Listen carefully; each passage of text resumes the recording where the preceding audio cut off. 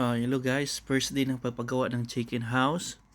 Ah, Buti nakahanap kami ng paraan para saan namin ilagay yung pagawaan namin ng egg chicken laying farm. Maliit lang ito.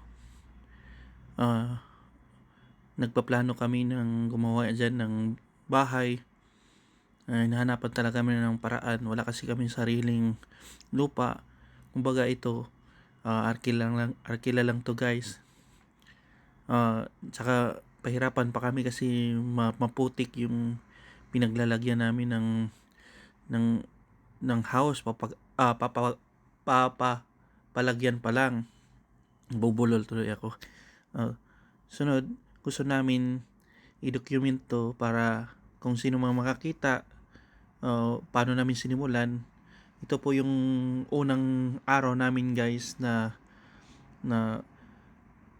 nabuo yung plano namin na magkaroon at uh, kunting kita lang sa pamilya.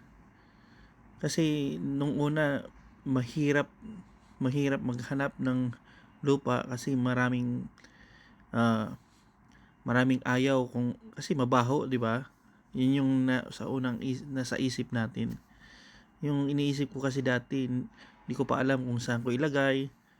Tapos wala akong mapaglagyan. Yun. Nagdadalawang isip ako. So, nung pagsisimula pang ng pagpagawa ko, ito yung kumuha ako ng labor. Kapitbahay lang namin to, dalawa. So, pumayag naman sila kahit maputik. Mabilis kasi mag mag-isip kaysa gagawin. Matagal to ginawa guys kasi ang iniisip namin, gusto namin yung ipot niya diretso lang sa parang fish pan siya. So naisip, yun yung unang idea namin. So kaya ganyan ginawa nila sa putik, nagbungkal sila kasi sobrang malapot yung putik na yan guys. Kasi sa amin, sa nipa yan. Yan, alam niyo yung nipa na sa amin sa Mindanao. Yung ginagawang atop yung, tapos yan na. Tingnan nyo. Dandahan silang naggagawa dyan kasi sinusukat pa namin gano'ng kataas saka cleaning ba sa buong area. Subukan namin dyan sa area na yan kasi mostly ang nakikita natin sa kuan guys, sa proper talaga, minsan sa patag na area. Ito naman kakaiba kasi wala nga tayong maupahan. Dito na lang sa tabi ng house ng nanay ko. Buti pumayag sa kinatagal-tagal namin nakiusap. Ngayon lang sila pumayag. Kaya ito na guys, nung pumayag na ng nanay, sinimulan na namin agad. Yan yung kagandahan sa gusto gusto ko kasing matupad yung pangarap, 'di ba? Yung kagustuhan natin. Gusto ko yung ano kaya mangyayari in the future. Kaya dinodocument ko lahat. Yung, galing sa pagsisimula ng pagtatrabaho, kung anong kahinatnan nito guys. Ah, Ito yung original na nangyayari sa plano namin ng buong pamilya at sa pamilya ko. Pero sa simula nito guys, ako lang talaga yung makulit. Gusto ko kasing yung mga pangarap natin matupad. Curiosity ba? Kasi lagi nakikita sa YouTube paano nila ginawa.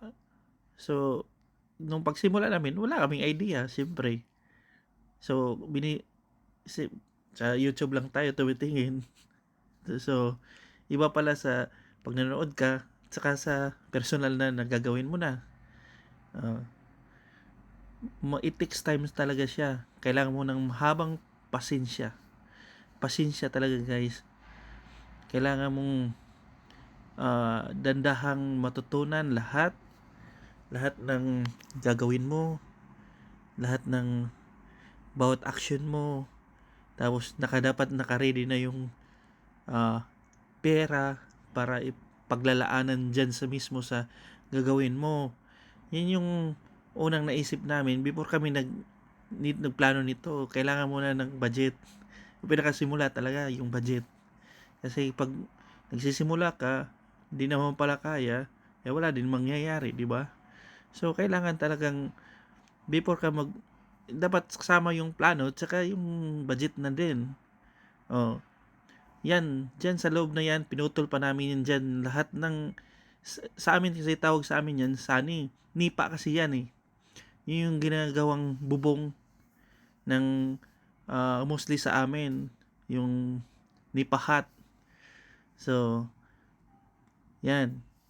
Lahat yan, tanggal yan lahat yung guys. Kasi, para maging malinis, gusto ko kasi baka may mga predator hindi na first timer tayo eh, so siyempre naninigurado tayo